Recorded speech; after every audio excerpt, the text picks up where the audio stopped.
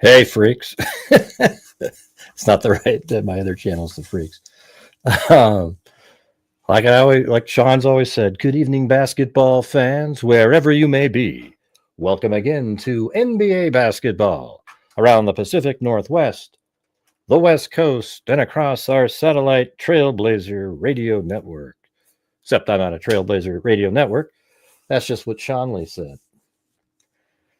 Yeah, so this is a channel. I don't know if there's anybody even watching right now, but this is a channel that I've wanted to start for a long time. And, I've been a Blazer fan since I was like 11 or 12 years old. And I'm now 60 years old. So, yeah, I waited a long time for that.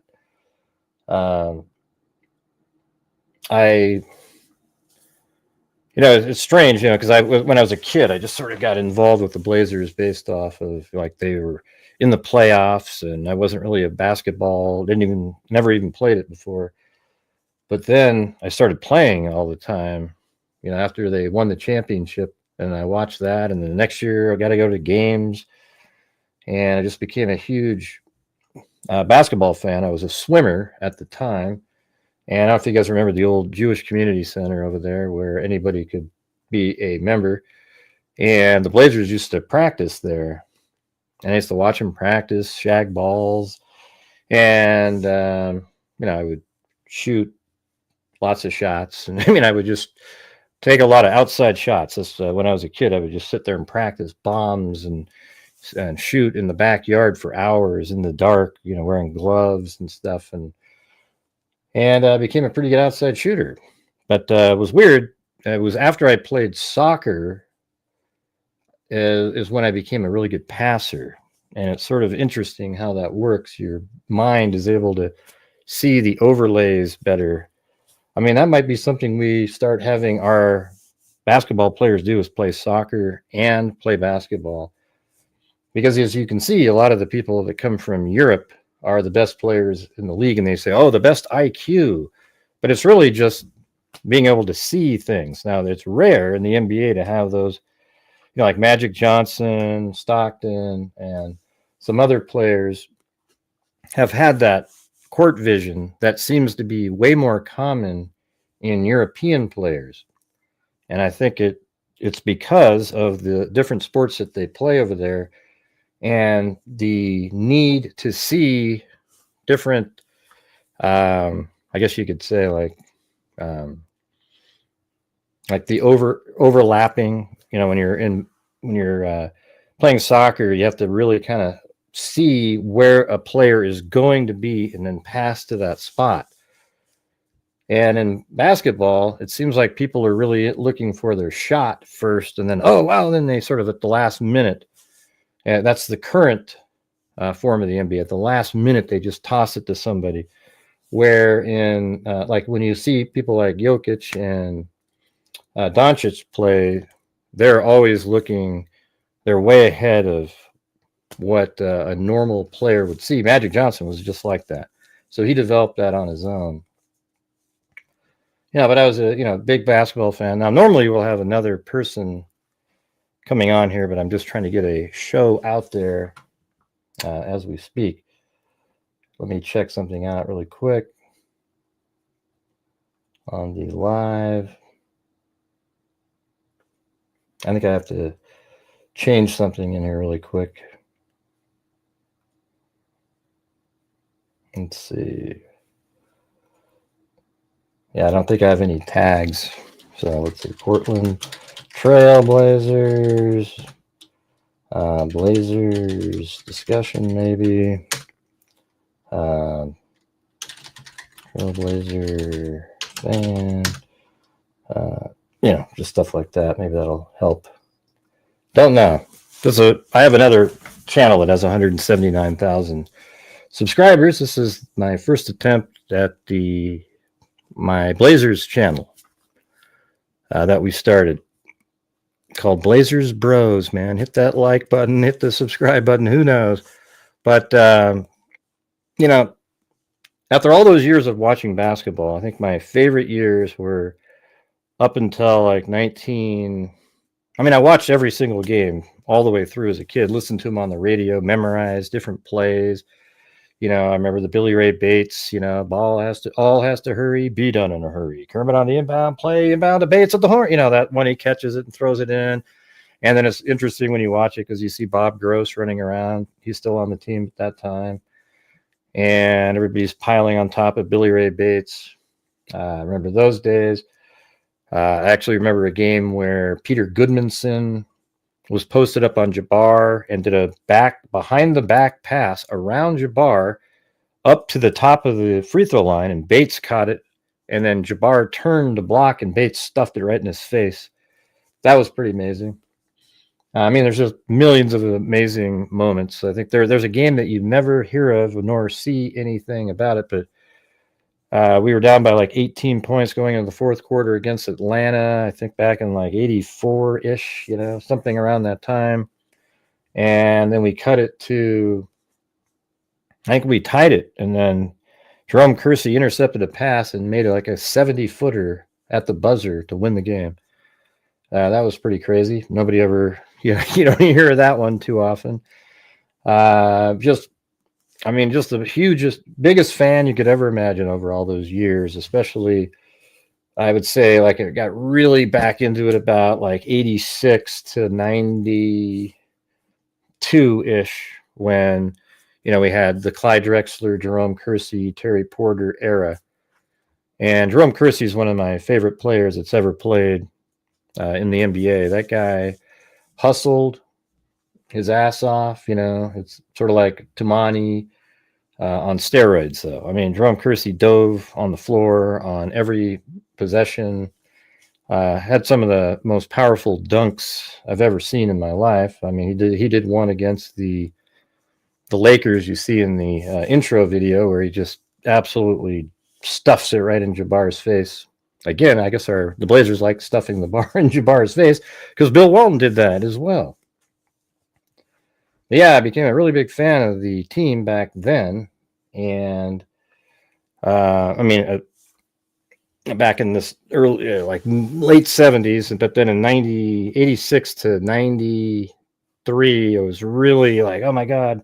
And then, of course, after that, they kind of fell off a little bit. And then around 2000s, when they had basically an all-star team with Sabonis, Pippen, Steve Smith, Rasheed Wallace. The list goes on and on and on. And, since then, we sort of, we had the Damian Lillard era where we sort of got, I guess Brandon Roy got us out of the Trailblazer time frame. And then after that was Damian Lillard. And, we had a few good runs there. I never really liked the style of play, however. I like Lillard. Like, there was those games where I was like, oh my God. Like, look at these incredible shots he's making.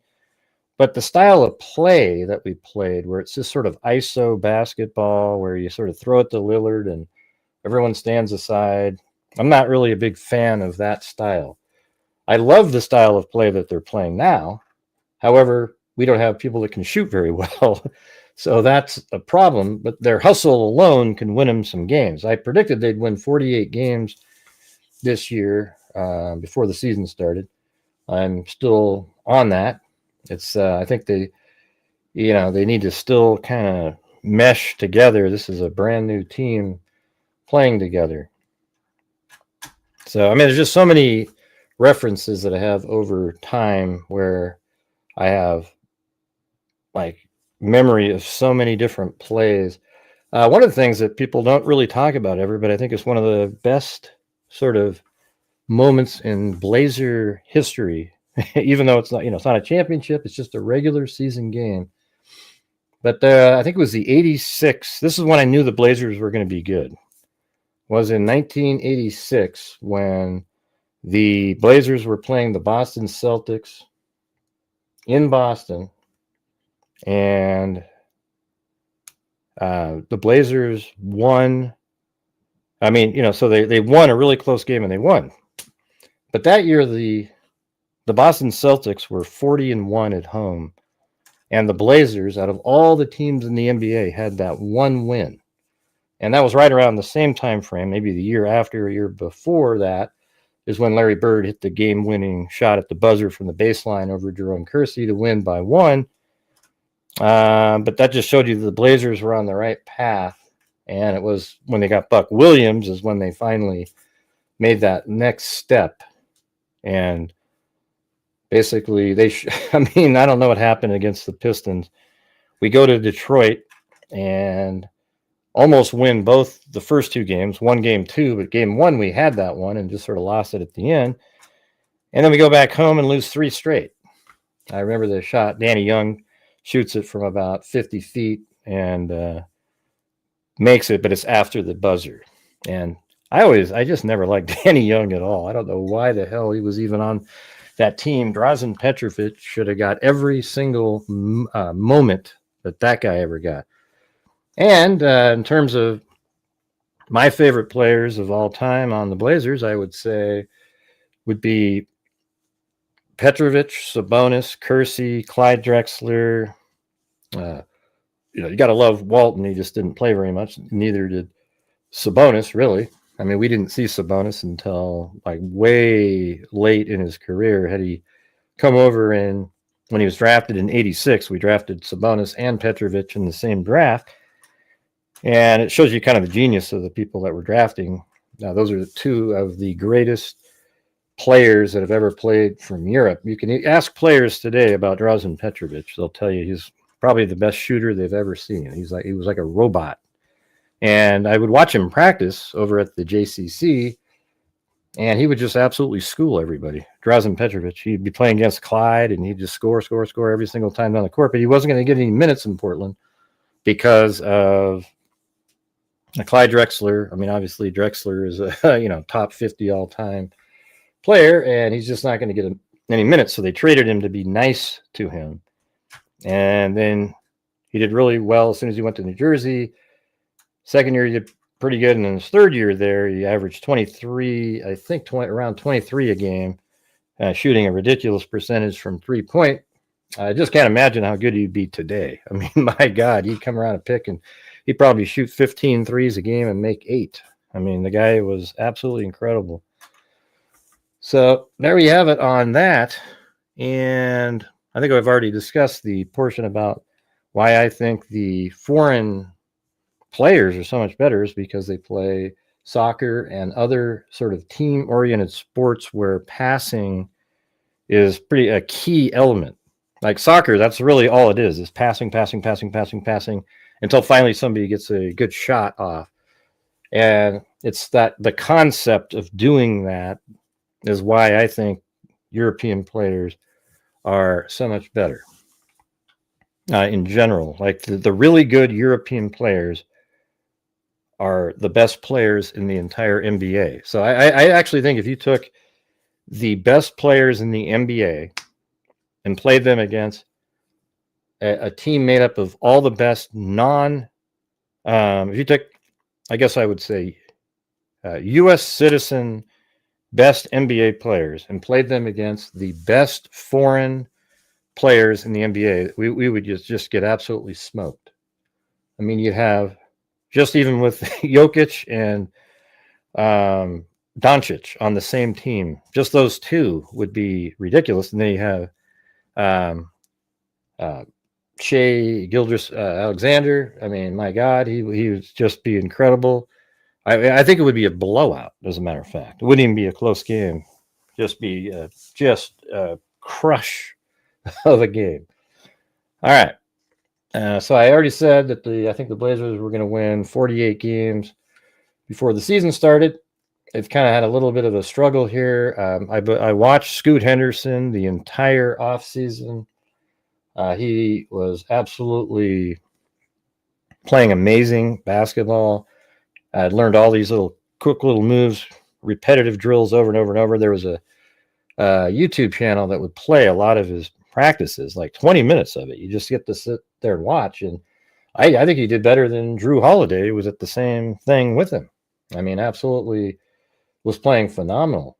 And then he tears his hamstring. And I bet you he might be back within the next month, I would think. Because we're getting close to the 8-week time frame currently. So hopefully he comes back soon. All right, then let's see. Let's just go over the roster. Let's see if I can go to the right. Oh, there you go. All right, so up here we got Denny Avia. I mean, I think he is exactly the player that I love. You know, he makes some clumsy turnovers and clumsy misses sometimes that are really frustrating. But I mean, you have to admit, overall, he's absolutely been an amazing acquisition for the Blazers, especially ridiculously how he gets lower and lower salary each year, and it's not even that high. And he's developed his outside shot is really good. His 3-point shot. I was little weird in that last game how he didn't seem aware. Like we would get rebounds, and then there's these players that would just sort of steal the ball from behind him. That was a little bit bothersome. All right, and then we got Toumani Camara, who seems to have worked on his outside shot, but he's currently not shooting very well. But you could see at the beginning of the season he was making everything. I mean, he's not shooting terribly. It's just that sometimes he's absolutely wide open and often, and he just misses it. It's like, man, if you get an open shot like that, you got to have a really, really high percentage on those types. But man, he hustles all over the place. Like I said before, Jerome Kersey is one of my favorite players of all time. I don't know if I mentioned him at that last time, but earlier in the show, I mentioned him. Toumani Camara plays similarly to that, really hustles all over the place. Another amazing acquisition. And I like how, when, Chauncey Billups was the coach, this is exactly the type of team you could tell he was looking for. And unfortunately for him, he screwed up basically his entire life by being part of gambling. I think there's a hell of a lot more people that were involved in that. Well, I guess we'll find that out later. Then we have Sydney. I'm not even sure how to pronounce his last name. Maybe Shisoko or something like that. He plays really hard, and sometimes you're just kind of amazed at what he's doing. But then other times, he seems to kind of be fumble around out there a little bit. Not really sure what to make of him. I do like his hustle as well. Donovan Clingan, right here, I think should be touching the ball a hell of a lot more often. He looks like somebody who really worked on his game in the offseason. It seems like he's making stuff around the basket, little reverse layups. I think he's a really pretty good passer. They should use him like free throw line extended, catch the ball, look for a cutter, boom, bounce pass. It just feels like he's underutilized. I think he should average about 12 to 15 points a game, as well as probably 11 to 15 rebounds, and probably play 28 to 30 minutes, not 20, whatever the hell he's getting now, 22. Javonte Cook, we haven't really seen much of him. Jeremy Grant, I don't know. Jeremy Grant's a player that he's always frustrating to me. I know he's had a decent year, but it's just some of the shots and crazy, awkward things he just sort of throws up in the air right at crucial times. He makes big shots too, but we wouldn't need the big shot if he wouldn't do these crazy sort of ridiculous shots. He's falling down and he just hucks it up at the basket. It drives me nuts. All right, Yang Hansen here. When you watch highlights of him, he really does have a very good sense of the game. But you could see, he only got to play 3 or 4 minutes in some of these games, and I don't think that's enough time to become confident in your game. I think it's a smart move to put him down to the G League and let him play. I would play him as long as he can play in each game, let him foul out, let him sort of figure out what he can do. And he just needs to play. And, he's only just turned 20. So he's, it's not, I don't think we're going to see much from Yang Hansen until he's like 23, to 24 is when he'll really start showing. He's got to get a lot stronger, quicker. His IQ for the game obviously is good. He's just not going to find a spot on the roster currently. Yeah, Scoot Henderson, I talked about that earlier. He is, I mean, it's just so frustrating what happened. He was playing so well. You could see his outside shot was better. Everything was better. And hopefully he's still able to work on some of that stuff while he is, kind of resting his hamstring. But I look forward to having him come back. It's one of the weird things about getting Dame back.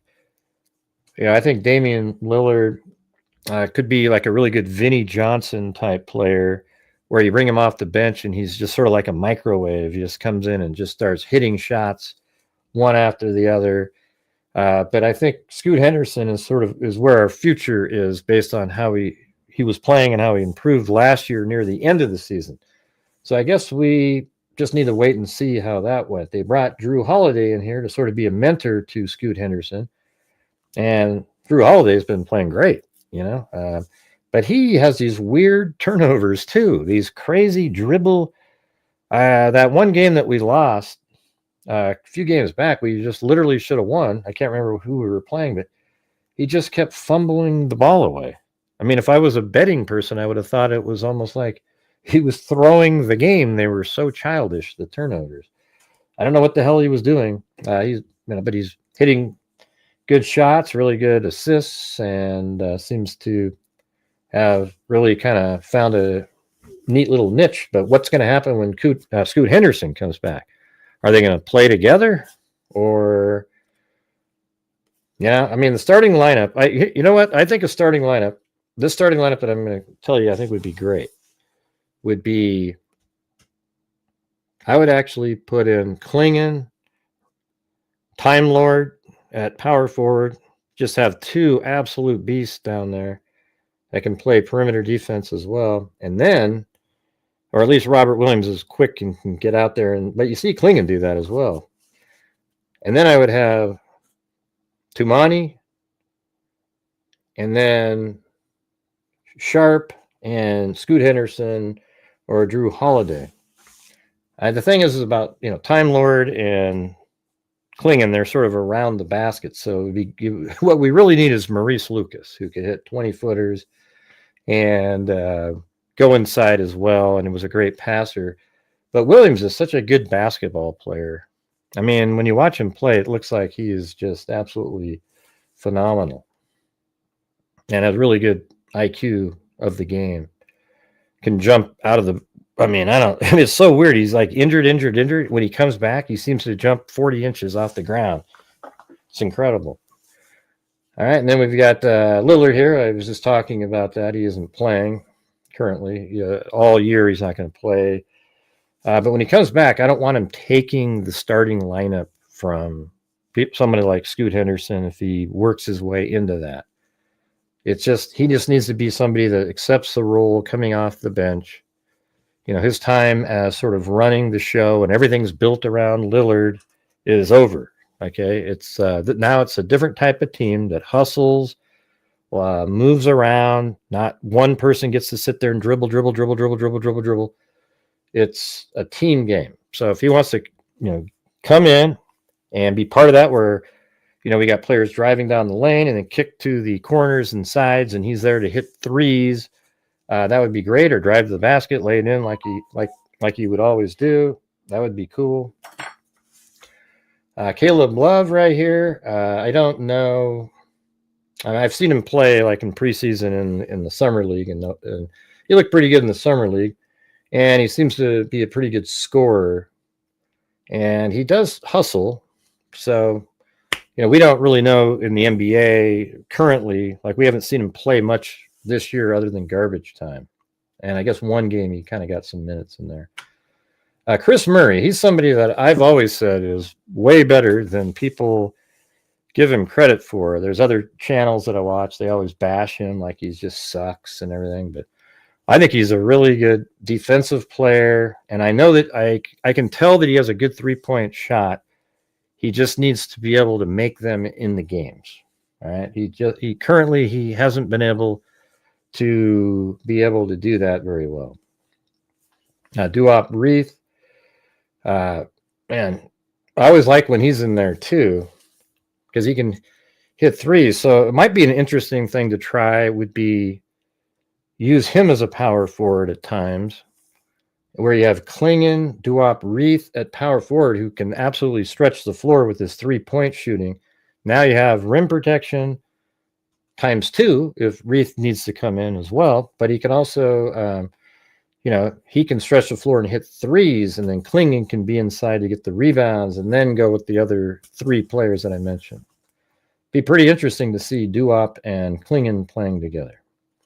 And then Ryan Rupert, he always just seems sort of like a project player who plays the style, but never doesn't seem to produce that much currently. I mean, I'd like to see him play more because you can see it. Like there's games in the summer league and preseason where he's hitting threes and looks like he can do it. And the more you sit out, the less likely it is for you to be able to come in and do that again.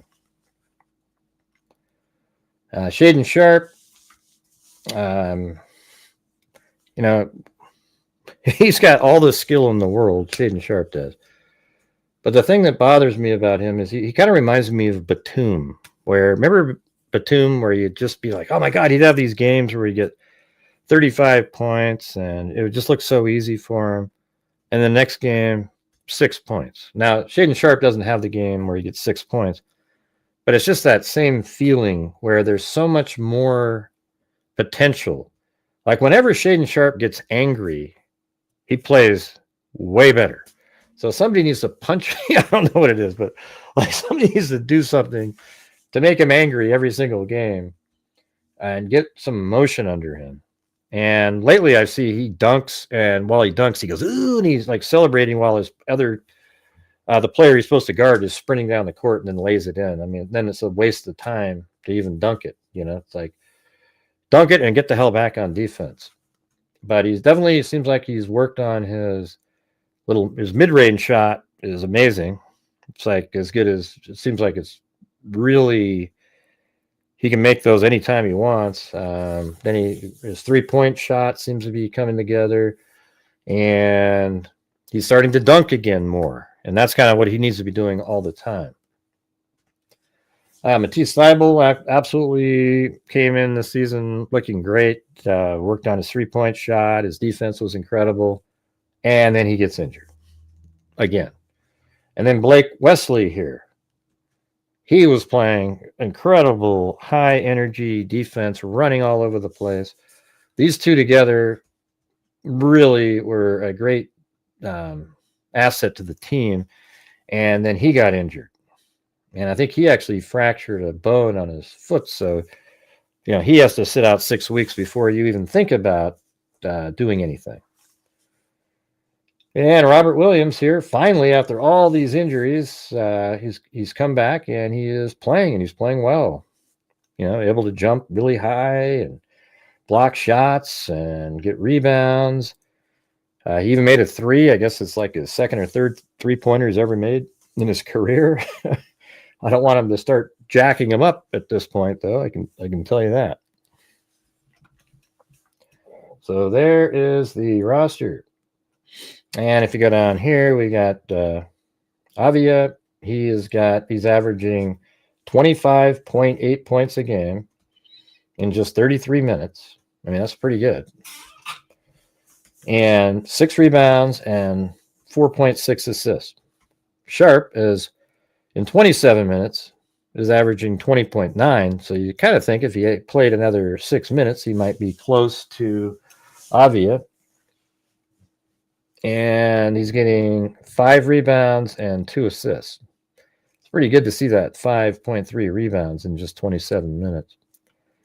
Jeremy Grant has a good average off the bench at 17.7. He never gets good rebounds or assists. And then we got Holiday. He's averaging 33 minutes right there with Avia, averaging close to 17 points and 8.3 assists. He's up there high up in the league average at 8.3. And then Kamara is averaging 34 minutes a game and 12.4 points. And he's getting, I think he could probably boost up his rebounding a little bit. Although they probably have him get back on defense to, stop any fast break. Now, Klingon here is the one that's sort of like, it's bothering me. 24 minutes.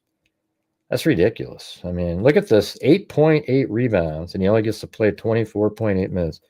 If you put him in there for 30, and he's averaging 8.3, right? So if you put him in there and he played, I would say 30 minutes, he'd probably average, close to 10 or 11, maybe 12 points. And he would be getting 11 or 12 rebounds a game. I mean, he is a beast down there. And then he's averaging 1.3 blocks. So that would probably go up to, 1.5 to 2 blocks a game doing that. And then Wesley only played 6 games, and he only played 16 minutes a game, but averaged 6 points and 2.3 rebounds and 3.2 assists. So that's amazing assists. So if he played, I mean, it's not like incredible, but with that few minutes, it's always good to get a few assists in, because generally you're coming in to create havoc in his case. But he's even got 3.2 assists, and I wonder what his steals are. Oh, yes, 1.7 steals. I mean, that's crazy. Man. Then Murray, he's averaging 21 minutes, 5.3 points, 3 rebounds, but he's playing really good defense. But at this point, though, we need shooting and scoring. Thibault, he had been averaging 12.3 minutes, and he was getting 2.5 steals. I mean, that's insane, right? That means he probably played 48 minutes total this season and had 10 steals. So if he'd played one full game from start to finish, that's how many steals he would have had. That's crazy. And Reith, he's averaging 4.2 points, played 9 games. He's only averaging 7 or 8 minutes a game. And then Robert Williams is playing about 12 minutes. He's 3.7 rebounds and about 4 points. And then Love, he's only averaging 3.8. Yang Hansen played 5 games, and he's only averaged 5.8 minutes and then 1.8 points. Sissoko, 11 minutes and then 2.6. And then Rupert is at the very bottom, averaging 1 point, played average, looks like 6-minute average in 6 games. And we've had 12 games, so he hasn't even showed up until in 6 of them. He didn't even play. All right, so let's see what this next one is. So this is the shooting percentage. Advia is 48% all overall. 3-pointers is 38%. I mean, that's really good. 85 from the free throw line. And then Sharp is shooting, I mean 26.8 is bad from 3-point range. He's 44.2% field goal percentage. So his medium range and 2-pointers are probably pretty high percentage. Yeah, 2-point percent. Let's see. So Sharp is 55.6 in 2-pointers. And Advia was 55.8. And Grant is 54.8 from 2. 3-pointer, 39.7. I mean, so that his 3-pointers this year have been really good. Holiday's threes are 36.5. Tumani, 32.9. Klingon, 17.6. But it seems like every time he shoots, they're right on target. I think at some point he'll be good at them. Thibault was 66% from 3-point range. But there's not a lot sample size there. I think he shot 3 and made 2.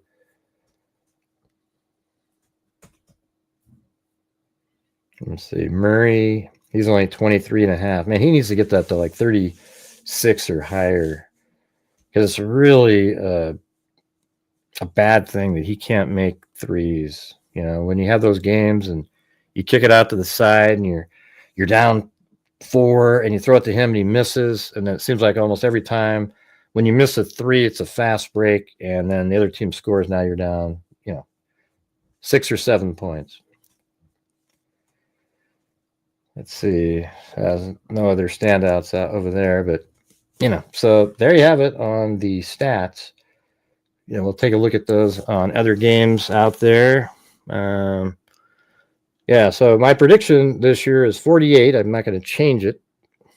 So 41 would be if they were 50-50. So they'd have to win 7 more than that to get to 48, and I think that's definitely possible. They need to, gel a little bit more here and start winning some of those games. They're not finding ways to win the close ones. They did win one of those, but they need to find ways to win the close games, or you're just not going to. You're not going to win a lot.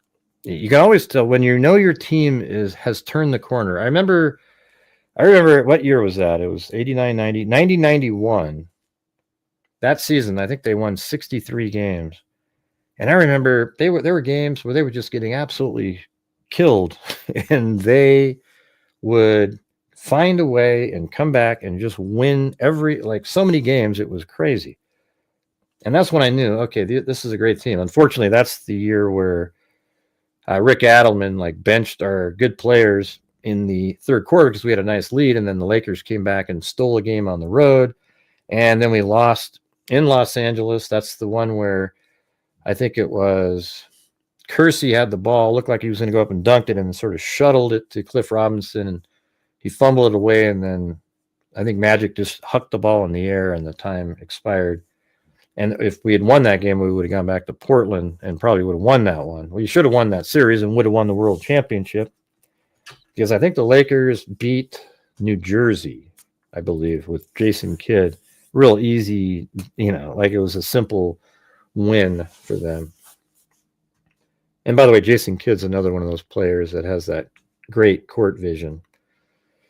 Like Steve Nash, Stockton, Magic Johnson. You guys should go back and watch some of Kuzi's old videos. My God, that guy, he was like Harlem Globetrotter level in games. It was crazy. Pretty wild stuff. And also Pistol Pete, he passed like that. It's just not really common anymore because everybody comes down and jacks up 3-pointers. And it's been really frustrating to me. I'm not a big fan of that at all. I'm not a fan of, I hate that everybody just shoots 3-pointers all day. I think it's cool when, you can throw it to somebody that can make a 3-pointer, but to sit there and just, because of analytics, just 3-pointer. If you can get the 36% average, it's the same as 50% from, it's not pretty to watch, Like, do you remember watching the 77, 78 Blazers, or even in the playoffs the year before? They were just incredible. Just team basketball. Everybody's moving and moving. The Denver Nuggets are sort of like that. I always thought of something like, wouldn't it be cool if the NBA had something where you get to have 30 3-pointers a game, maximum. And then after the 30, they only count as 2. So it's like, you get 30 that can be used as 3. And then after that, you can only use them as 2. And then I think that would sort of force teams to play a different style of play where you're able to work the ball inside and get layups and, cutters and ball movement during that time. But I don't know if that's something that would even be viable at all. It's just really frustrating to watch. I would say right now the 89-90 Blazers would smoke a lot of the teams in the NBA right now. They would just be overwhelming defense, fast break basketball. Rick Adelman was the coach. I think he was a disciple of Jack Ramsey. So, he knew how to get the ball up the court, get the people in the right positions on the fast breaks, etc. But just think about it. Like Clyde Drexler, it's almost weird when you think of Clyde Drexler. He seemed like he was so like a man, like just a man competing against boys, just so strong and just could dunk over everybody. Jerome Kersey, Porter, you had Duckworth, Buck Williams. I mean, that was a really great athletic team. I think Cliff Robinson was on that one. But anyways, there you go. So here you go. That was the first show right there. Tonight's game is against the Dallas Mavericks. I thought it was funny how last year everybody wanted the Blazers, like these certain channels out there, wanted the Blazers to tank the whole season, just lose every game on purpose to try to get Cooper Flagg. Now, Cooper Flagg is still really young, but you can see right now he's not quite what everybody was thinking he was going to be. He's a good player, he'll probably be a guy that, maybe averages 17, 7 and 7, something like that. That'd be pretty cool. I don't know if he's ever going to be a Luka Doncic type player. I mean, there's no way in hell. And it's just crazy. People want you to tank all season long to get a better draft pick. And you look what happened last year. I think Dallas was behind us and got the first pick. The team that tanked, they didn't get shit. Okay, so it's really, I don't even know what kind of attitude that is. I'd rather just have the Blazers try to win every single game. It's better for morale. It's better for the future. You got to learn how to win games. All right. But anyways, that's the first live stream here. I don't know if anybody was watching, but thanks for watching. If you ever end up watching this, thanks for being here. And until next time, be safe. All right. Watch more games. Do whatever.